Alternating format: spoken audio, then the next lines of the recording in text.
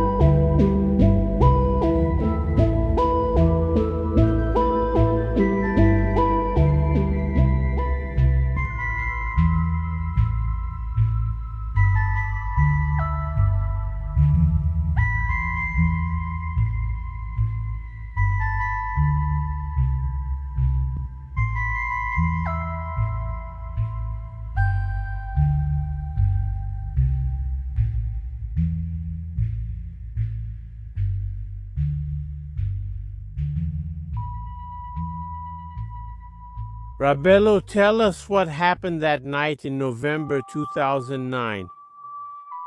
That's right. I started my first night shift at 7 p.m. with 3 other officers in an L200 patrol car. We did our usual city patrol. Around 9 p.m., between 9 and 9:40, it was already past 9 o'clock. We received a request from the operations room that in front of the old cheese factory, at the entrance to the building, there was a vehicle. In the woods, there was a headlight that might belong to a vehicle. After we were called and were on duty in the patrol car, we were called by the operations room that here at this location, it seemed there was a vehicle in the middle of the woods. It's right here. We came here with the patrol car. We stopped the patrol car here and got out of the car. We can see where the L200 would be in the direction of that bigger tree over there where the canopy is denser. The object, which was shaped like a minibus, a small minibus, was about this high, 1 or 2 meters off the ground, floating like this. Actually, I couldn't tell if it was on the ground because it was very bright, really bright, a light-colored object. We stopped here, contacted the operations room to report what we were seeing. That's when we saw it at the spot I mentioned. Then it went up. It went up without any noise, without any maneuver, without any sound at all. It went up and headed off in that direction. That's when we went back with the patrol car to go after it. We thought it might be something similar, so we asked. In the operations room, a weather balloon joking around at the time, a drone with some kind of joke. We decided to check the aviation radio to see if it was mentioned there and find out what it is. It went past the aviation radio, right? After that, we started to descend and met a friend of mine coming from Oliveira who had taken his mother to the doctor. He got scared while in the Passat and drove it into the embankment. We stopped the patrol car to check if anyone was hurt. He said no, but we could go ahead and find out what it was. I was coming with my mother through the woods, about 30 kilometers from here to my grandmother's house in the countryside. Some gifts from the United States arrived. I left them there and we headed back. At that time, it was 10:44 p.m. as we were coming and 9:44 p.m. when we arrived. On a nearby curve, we could already see from about 3 kilometers away. We were seeing a strange bright light and we kept driving, getting closer. I started slowing down the car. That was about 6 meters away from the asphalt, about 6 meters high. It was the size of a bus, a big truck. It was just light. It looked like fire inside. It seemed like there was something containing that fire, you know? And it had some kind of shape? This object was round. It wasn't completely round. No, it couldn't be totally round, but inside it was just fire. It looked like fire, orange, red, yellow, constantly moving, but the flames seemed contained, you know? It looked like a lampshade hanging by a line, just like looking at a lampshade. The light, it didn't spread, no. It didn't spread. It stayed concentrated in the middle, all of it, and a little bit of brightness came out to the sides. Yes, but nothing caught fire because it was so low, and that amount was just like that. It looked like it was burning inside, but it was round, you know? And it didn't make any noise. What did you do? Did you stop the car or did you keep driving? As the car slowed to 20 km/h or less and was nearly stopped on the right side, I shifted to neutral. My mom and I kept watching it together. I climbed onto her lap so we could both stick our heads out of the car and watch. And since there was no explanation at all. And what did you think? What did you and your mom talk about? Like, what was that, right? We barely slept because it doesn't make any sense. Something that big, standing still in the air with no propeller, no smoke, no noise. There was no noise at all. None. There was nothing. It was just that very big thing, and you can't understand what it was.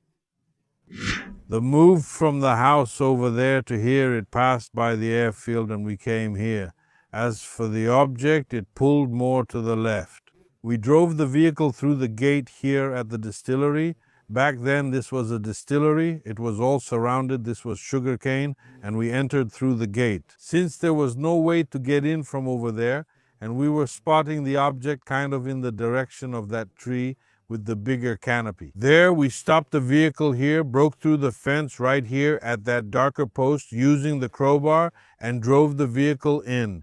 I remember that the driver of the vehicle asked if there was any dip or anything that could get the vehicle stuck. The sugarcane was about 1 meter tall, still small. We drove the vehicle in here, and in the middle of the sugarcane, it was crushing the cane until we reached the edge of the property. Over there, in the direction of that treetop, that tree, over there. You cut through here? We entered right here at this point. Here? At this point, and from here. It went straight until the border, over there by the fence. Where did it happen? The fact of the object was already about to... There. It was already there. It's like the object. It was in line, like that cloud over there from here. We could see it there then. We went from here to the edge of the property. Where's the fence? There was no way to go further since the fence is on a slope. Let's go over there for a bit. Let's go. Let's go. So...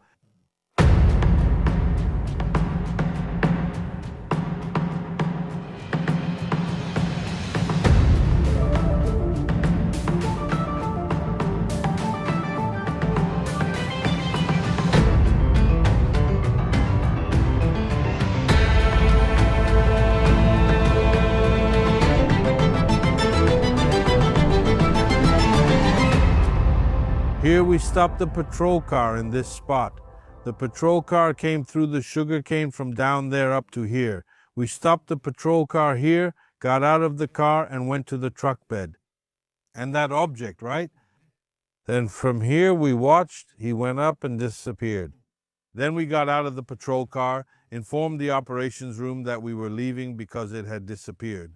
When I got out of the patrol car and went to the front passenger door, one of the officers said, "Look, Senior Carvalho is back." So I turned around. He came back, stopped at the same spot as when he first arrived, and we went to the back of the pickup truck again. That's when he made the circle here, like I explained to you yesterday, when he was passing by here like this, right? I took the pictures, then he went and stopped. The direction of the photos was exactly here. Like, look here, like this, see? At this spot, He stopped in the same spot as before and crouched down. See over there? You can't see it now, but he crouched. We'll check it out later. What is that over there? A ravine? That's a big bank, a big bank, a big bank. Then he went in, crouched down. We kept watching, and he came back at the same height he was before. Regarding the flash and the disappearance I mentioned, he was standing still, then made a noticeable movement, and the flash went that way. It went over there. So that's it. We got out of the patrol car, it came the same way we did because the sugarcane was already low when the patrol car passed. And from here, we went to the station. I see then, when you got there, they did the B. The S. The commander contacted the witnesses from Itapetirik Street in the Bella Vista neighborhood that when he passed near the Nossa Senhora Aparecida church, he started turning off the lights. Back to where we began at the two-story house. Then the blackout happened. Church in the Bella Vista neighborhood. Yeah, he was going through that part. I didn't see the information we had because from here you can see the city. Look, see, it's a climb. It's far, right? Far. The interesting thing was when he did the circus, he bent down, stopped again, and disappeared. It's like, for me, talking to you is that he faded out and disappeared, right? We saw that he was really fast, daughter. He sped up. He was standing still and then disappeared. You can see the movement, but he vanished. You didn't. There was no way you could follow the light as it left, you know? It was fast. It was just like that. A flash, right? And it disappeared. Then we said it's gone. It moved toward 381 toward Monsignor. João Alexandre goes back to the station. Then we got to the station to write the reports. But before that, did you photograph this object? That's not it. It was when it made the circle. When it stopped, it disappeared upward. Then it came back, made the circle. It was before it lowered at the closing of the circle that I managed to take the pictures of it. Which camera did you use at that time? Cybershot, I think that's the camera's name. And how many pictures did you take? Three pictures, that's it. You could see the shape of that object in the pictures. Or is it a really simple little camera, right? At the time, the tank worked with a direct camera. In the photo, you can see it. I don't know if it's because it was moving. It's a round lamp with a little tail like this. Because of the brightness, movement, or even the distance, the camera's flash couldn't reach it, right? But when you saw it up close like that, what shape did it have? It's like a minibus without wheels. It's a minibus, but it's kind of like this. Look, in the middle, it has two sections. It's as if it had two floors, right? The light shone from the inside out, always like a xenon headlight, a white light, okay? The light stayed the same. No change in intensity, density, color, or brightness. It was always that illuminated minibus, and it moved without any noise, without anything, right? Everything like that. It seemed like it was light. It seemed like it was very light, just by the movement of the object. Because it was floating, right? Yeah, it looked like it was floating. It was moving really slowly. It was slow and really like calculated, you know? It didn't swerve, it didn't shake or anything. And it even lit up the lower part, like the ground. No. Because the contact we had with it was lower, closer to the ground. That was when we started the incident there at the location, when we were called by the operations room. It didn't light up like when you turn on a spotlight. It didn't light up, it was its own light, without brightening up much around it. Not a fixed one on it, you know? That was a fixed light from the object. And then you arrived at the station, at the headquarters to make the reports, with the reports, that's right, and then those reports were made. A police report was made, witnesses were gathered, and they asked us to wait at the headquarters because people were being sent to question and investigate. I don't know. At the time, they didn't even tell us to stay there. They asked us to make a drawing of what we had seen. The four of us, the four soldiers, did it. Made a drawing? We were kept separated there, and the drawing was made. And they let us go even later than our shift, right? In the morning, as soon as we were released. I went home and the photographs. Was any of them given a specific purpose at that point? Because we get this video at 7 post-meridium and finish at 7 in the morning. Those days they let us go around 9 ante-meridium. I went home and all that. I got home, I took off my duty belt, and then I got cold. At the door, there weren't any military from Claudio, not a Jeep with those characteristics, the Air Force Jeep. I remember there was a sergeant and two more Air Force soldiers, all in uniform, light blue shirts, darker blue pants, and those little caps. The one who talked to me asked for the camera that I had with me, which I told him I had as per his orders. He took out the card, went outside, and gave the card back to me all right, and said he wouldn't keep it. I shouldn't overthink it. What I saw was just a natural gas burn. Then I said, Quilon, what I saw wasn't that?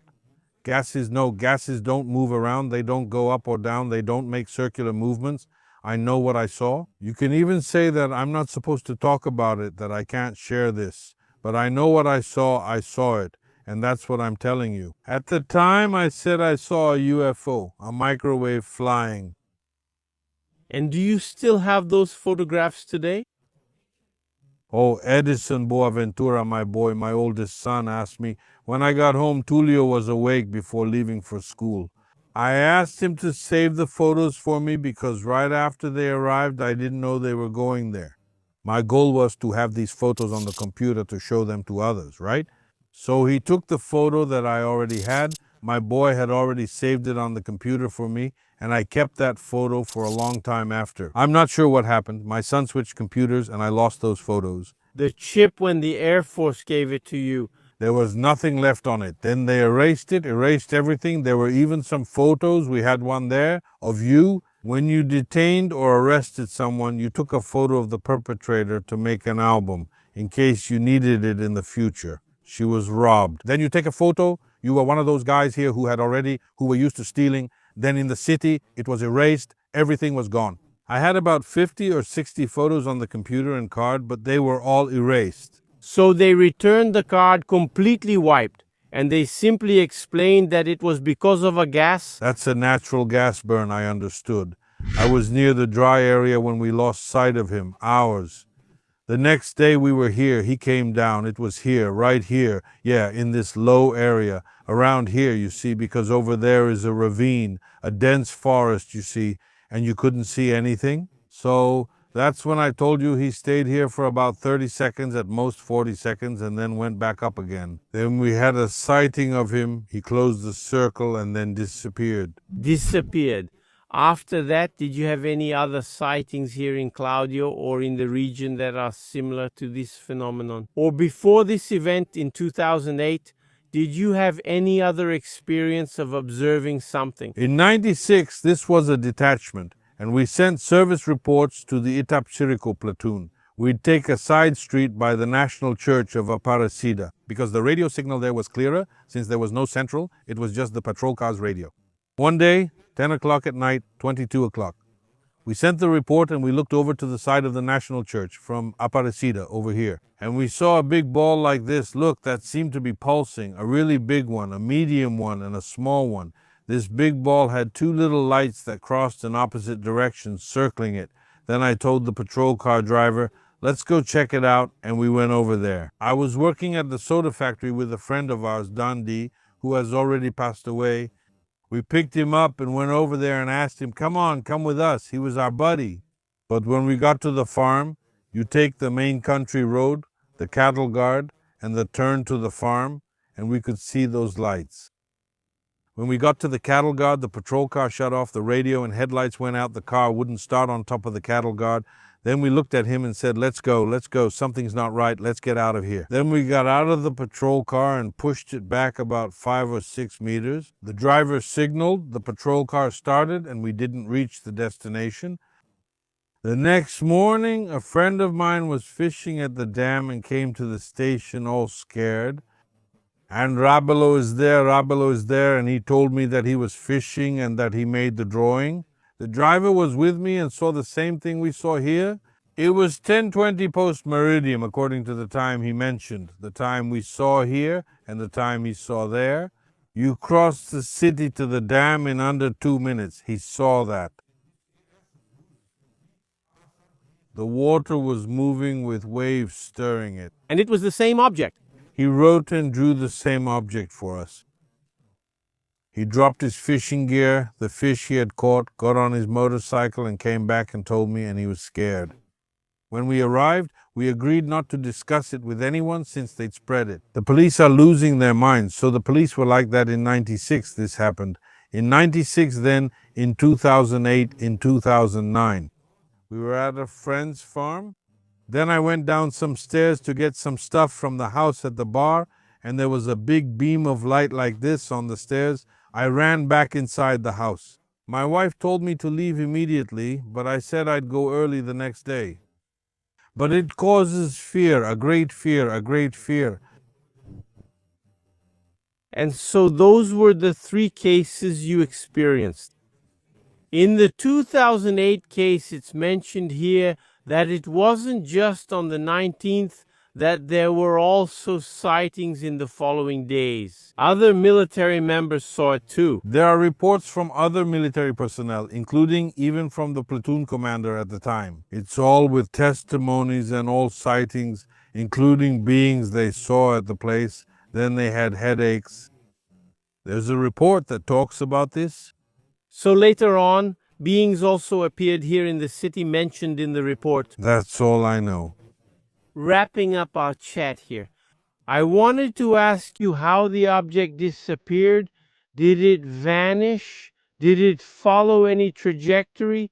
How did it disappear that night on the 19th, like I told you? It went up, disappeared, came back, made a circle, and passed over where we were. It went down. We lost sight of it for a little while. Then it went down again. It's like a flash sped up. It accelerated a lot, but fast, really fast, and disappeared. It was like It's like a streak, a spark, a flash, right? you only saw it and then it disappeared. You didn't have any more visual contact with it.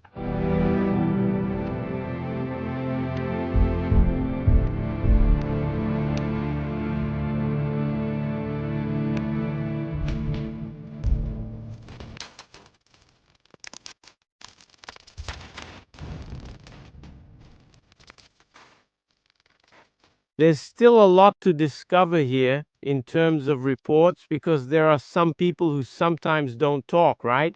They don't report these sightings, right? So little by little, this puzzle of Claudio, right? These sightings, it's being put together little by little.